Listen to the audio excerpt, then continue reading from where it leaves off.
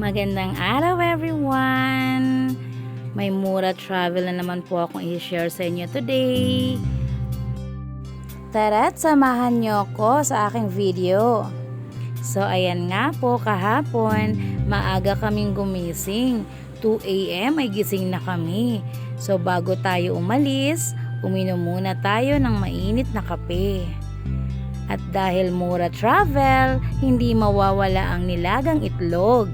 May kanin.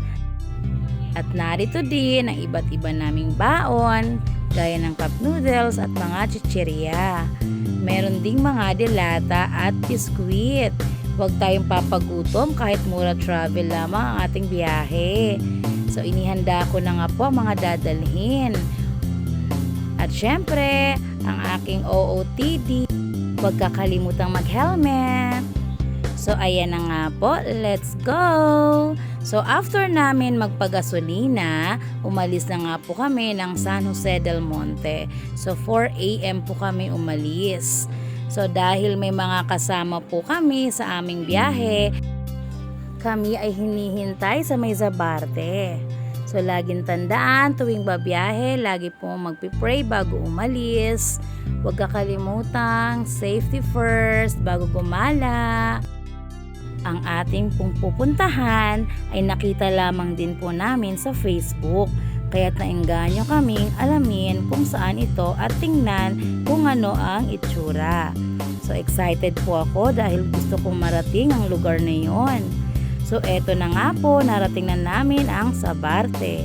So dito namin hihintayin ang kasama namin. So habang naghihintay, ako ay upo muna at nagpahinga.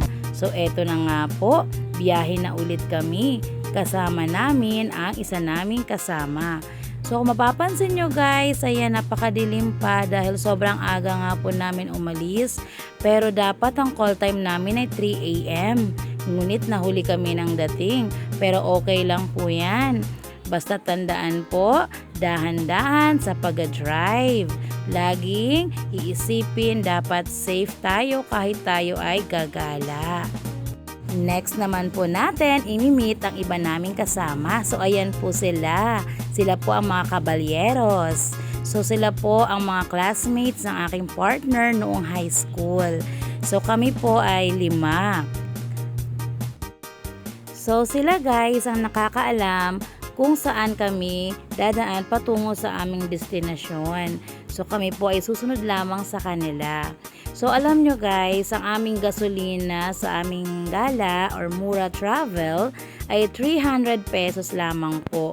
So tansya namin ang 300 pesos ay balikan na. So hindi na kami magpapagasolina ulit. So kung mapapansin nyo po, pasikat na po ang haring araw. So eto na nga po, malapit na kaming makarating sa aming pupuntahan. Napakaganda ng paligid. Kung titingnan nyo po guys, tingnan nyo ang ulap. At sa lugar na ito, mararamdaman mo ang lamig. So narito na po pala tayo sa Antipolo City. So ang una po nating hihintuan dito ay ang Boso Boso Highlands. Alam nyo guys, nung nakita ko siya, namangha ako. Kasi ang ganda ng view. Ganito daw po pala tuwing umaga dito. So makikita po natin guys yung mga hamog. So ganyan, o diba? Ang ganda, Instagrammable, sabi nga nila. So ayan, biyahe po ulit tayo. So hindi pa po tayo tapos sa ating biyahe. So tingnan nyo guys yung ulap. Diba? Napakagandang tingnan. So para siyang nakababang ulap. At yung weather dito guys, napakalamig. Hindi katulad sa atin. Mainit. So eto na nga tayo. Papasok na tayo ng Rizal. So eto na guys. This is it. At 6:38 AM. Welcome Yasak Resort. Nandito po tayo sa may Rizal. So eto po yung aming pinuntahan. So guys, tingnan nyo yung kanal. So kung mapapansin nyo, para siyang tubig na inumin sa linaw. Mamamangha ka din po kasi kanal pa lang po yan ha. So, tingnan nyo, di ba? Ang linaw. Anong sinabi sa kanal natin? Joke lang po.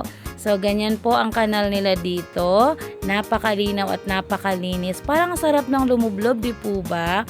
So, dahil maaga po kami nakarating, 7 AM po ang open. Sa labas po muna kami magpa-park.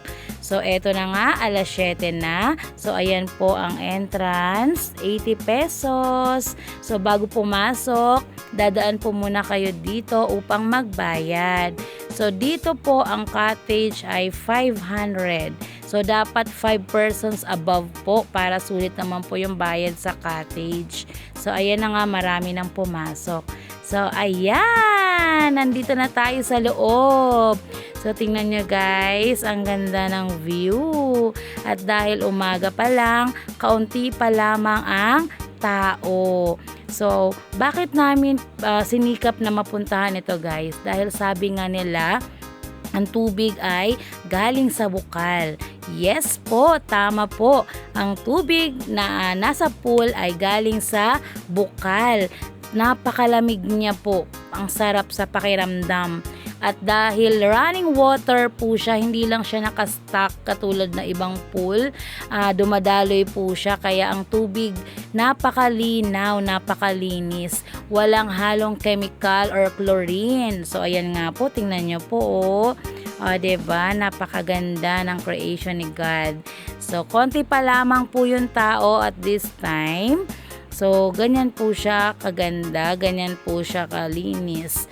So, tingnan po natin kung saan dumadaan yung tubig papalabas. Dahil hindi nga po siya nakastock lamang. So, tingnan po. Ayan po pala ang swimming pool ng mga bata. Safe po kasi mababaw lang. So, charan! Ayan po. Diyan dumadaan ang tubig palabas. So, di ba napakalinaw niya? So, totoo nga po yung napanood ko sa Facebook din. Ang tubig ay maganda. Kahit gaano karami ang maligo, hindi siya lalabo. Ayan, so nagtatalunan na nga po sila. So, tingnan po natin sa part na ito. Ayan, so tingnan po natin. Ayun. Diba po? So, ayan po yung mga cottages. So, maraming cottages po dito. At syempre, para masigurado, sasama ako sa video. So legit po, ako po ay nakarating sa lugar na ito. So, tour muna po tayo. So, ito yung washing area nila. Then, ito naman po ang CR. Pang babae at panlalaki, magkahiwalay. Diyan na rin po ang bihisan. So, balik tayo sa pool. So, ayan po, marami ng taong dumating.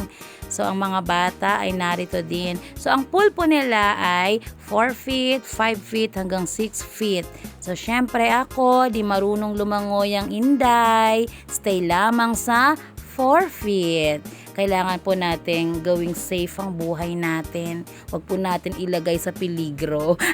Diba po? Hindi po talaga ako marunong lumangoy. Kaya, dyan lang po ako sa tabi-tabi. So, see po, ang dami ng tao. So, pag tumatagal po, yung water ay tumataas ng ganyan, so umaagos na po siya sa may semento. So ang sarap po niyang tambayan. Trinay ko din po yung ganyan, yung nakaupo ka lang, langoy-langoy ang mga paa. So ayun po yung mga kasama namin, nasa gitna. Ayan, so dun sila kasi kaya nilang lumangoy eh.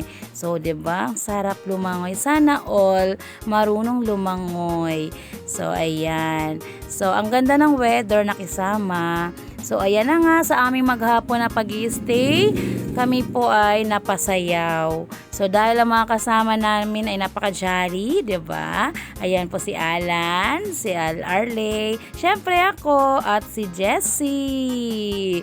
So winner ang sayaw niya, panalo. So ayan na nga, umabot na kami ng 4 PM. So hanggang 4 PM lamang po ang pag-i-stay, uwian time, pero sulit na sulit po, nakapagbabad maghapon. Malamig talaga ang tubig. Parang ayaw na nga po namin umuwi.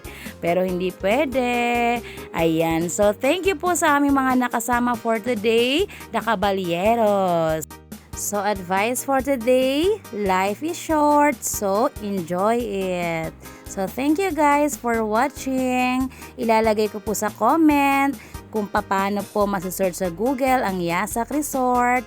Sana makapunta din po kayo at ma-experience nyo yung ganda ng tubig. Thank you for watching!